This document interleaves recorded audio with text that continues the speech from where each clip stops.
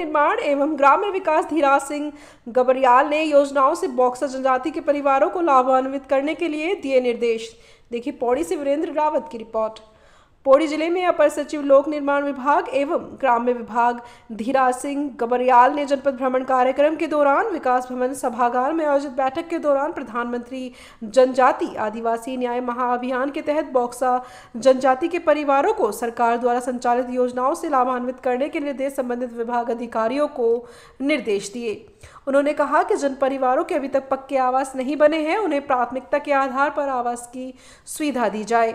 उन्होंने कहा कि प्रधानमंत्री ग्राम सड़क योजना के तहत जो कार्य लंबित हैं उन्हें जल्द पूरा किया जाए जिससे कि आम जनमानस को उनका लाभ समय से मिल सके। इसी दौरान उन्होंने कहा कि जिन स्वयं सहायता समूह द्वारा बेहतर कार्य किया जा रहा है उन पर विशेष फोकस किया जाए और अन्य समूहों को भी उससे जोड़ा जाए। हमारे वर्चुअली हमारे जुड़े थे और पौड़ी मुख्यालय के जो अधिकारी थे कर्मचारी थे वो यहाँ से जुड़े थे। तो उसमें समीक्षा के दौरान वही सारी चीज़ें आती हैं कि जो योजनाएं हमारी खासकर हैं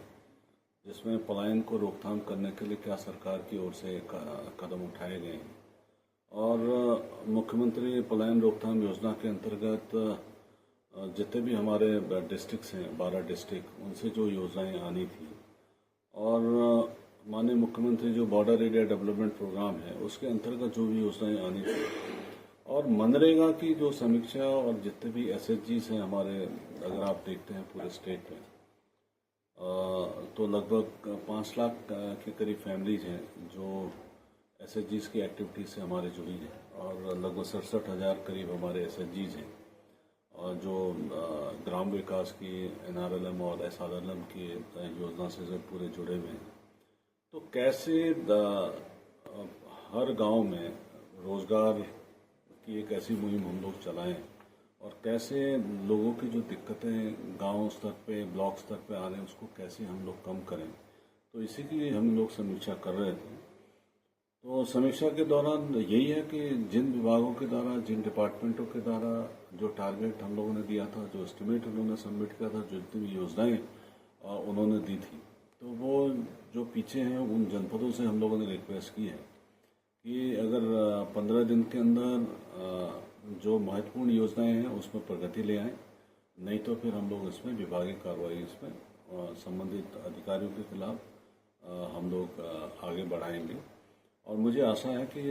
हर योजना में अगर हम जैसे ओवरऑल अगर हम असेसमेंट हम लोग करते हैं चाहे मनरेगा की करें वही एसएचजीज फॉर्मेशन की बात करें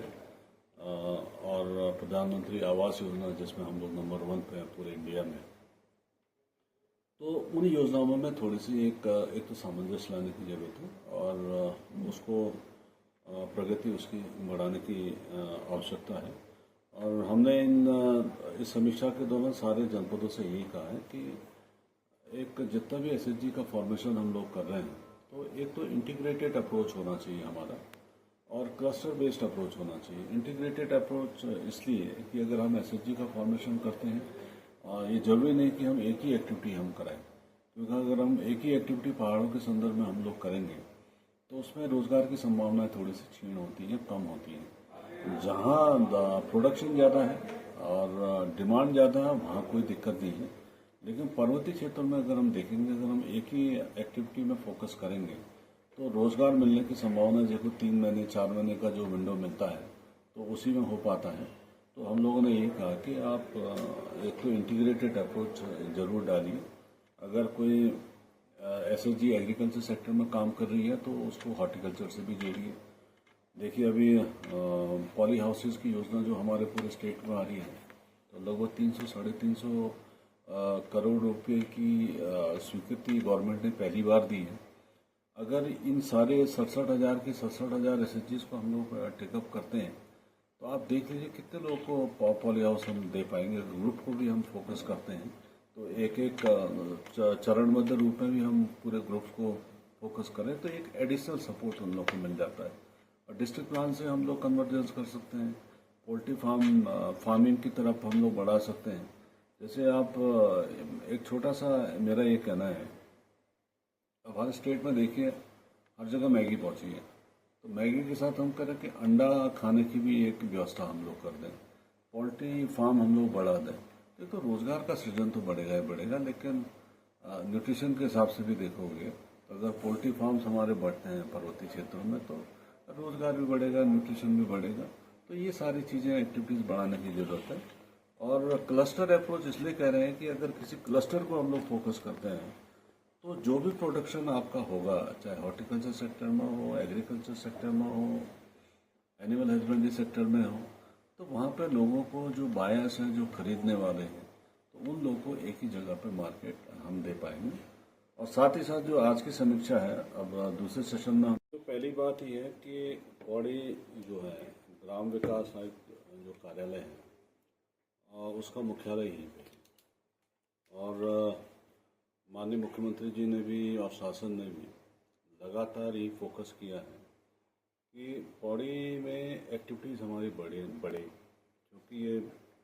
गढ़वाल मंडल का मुख्यालय भी एक है। तो जितने भी मंडल स्तरीय अधिकारी हैं हमारे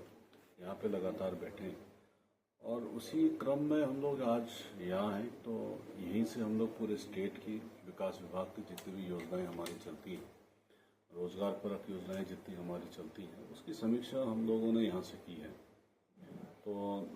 रिमेनिंग जो 12 डिस्ट्रिक्ट हमारे वर्चुअली हमारे जुड़े थे, और पौड़ी मुख्यालय के जो अधिकारी थे, कर्मचारी थे, वो यहाँ से